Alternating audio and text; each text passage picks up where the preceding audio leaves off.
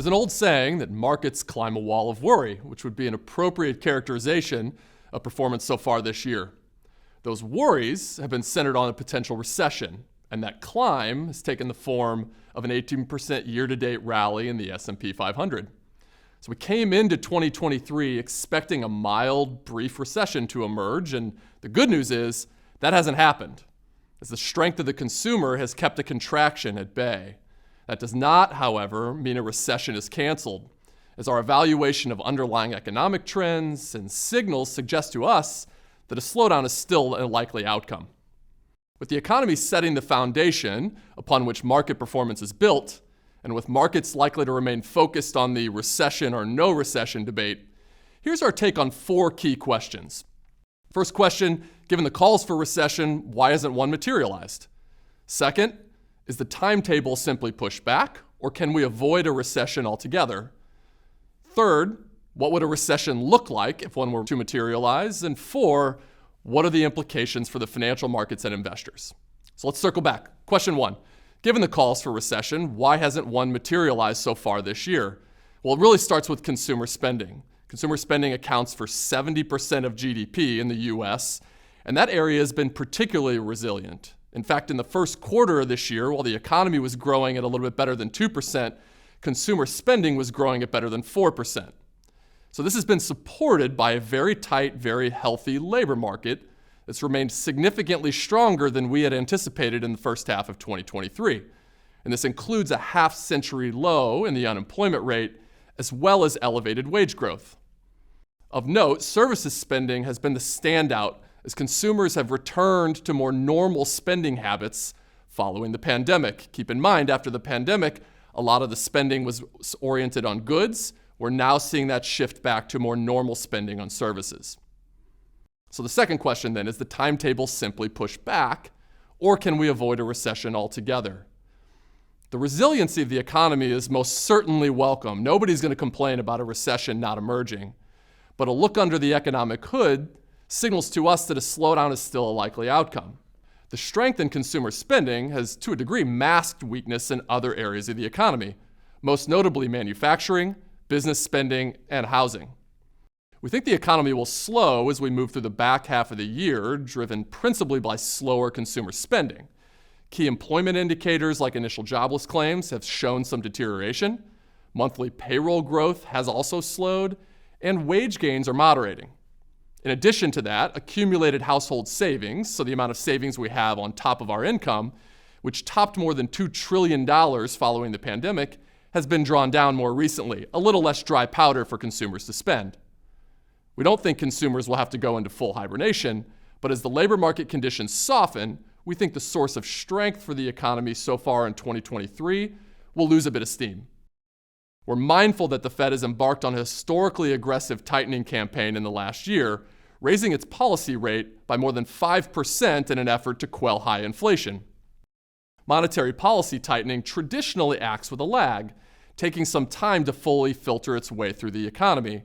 And we think the full effects of the Fed's rate hikes are still working their way through the system and will ultimately result in a slower economy ahead. So to be clear, a recession is not inevitable, and the path toward a soft landing for the economy, in which the Fed brings inflation down without clobbering the economy completely, is still a very viable path. But we're careful not to dismiss underlying signals that have traditionally heralded a slowdown. So then 3, what would a recession look like? Well, this is where the news gets much better. Our view coming into the year was that any recession that did emerge was going to be mild and short, based in part on our view that the health of the labor market and the consumer heading into this phase would be helpful, in part because there were no major economic bubbles or systemic imbalances that would produce a more severe outcome. Good examples of these two would be 2008, 2009, where the housing bubble popped, caused a lot of consumer deleveraging that drove a more severe downturn, whereas in 2000, 2001, consumers were a bit more resilient through that phase, and we saw a more shallow downturn in the economy. So in our view, the slowdown will take the form of what we would call a rolling recession, meaning that various areas of the economy will slow and recover at different times. We've already seen a meaningful downturn in manufacturing, in housing market activity, and in business investment. And in fact, we're seeing early signs that production is stabilizing, and the latest reads on the housing market are indicating a bit of a rebound. As input and labor costs moderate, we expect to see some resiliency in business spending as well. This could transpire at a time that consumer spending is softening, meaning that the overall GDP levels may not fall dramatically, even though underlying components of the economy are experiencing recessionary conditions. Question 4 then. So what are the implications for financial markets and for investors?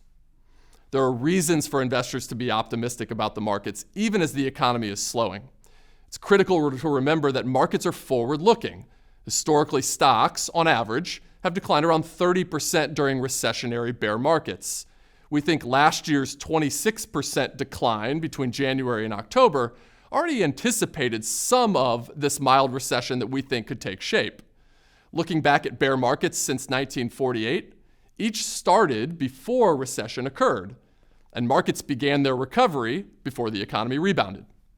To be clear, we don't think markets will ignore emerging evidence of a slowdown, but we don't believe that that will drive a return back to the lows in the stock market of last October. We think greater volatility and a mild pullback could emerge as we progress through the back half of this year, but we think that should be viewed as an opportunity by investors, not a warning sign of a more prolonged or severe sell-off. Interestingly, we think the slowdown in the economy can actually have a silver lining for the markets.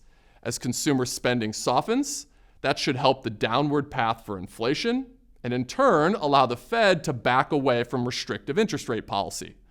Thus, we think a market pullback, spurred by signs of economic weakness, can be mitigated by the prospects of less aggressive Fed tightening and potentially lower interest rates next year.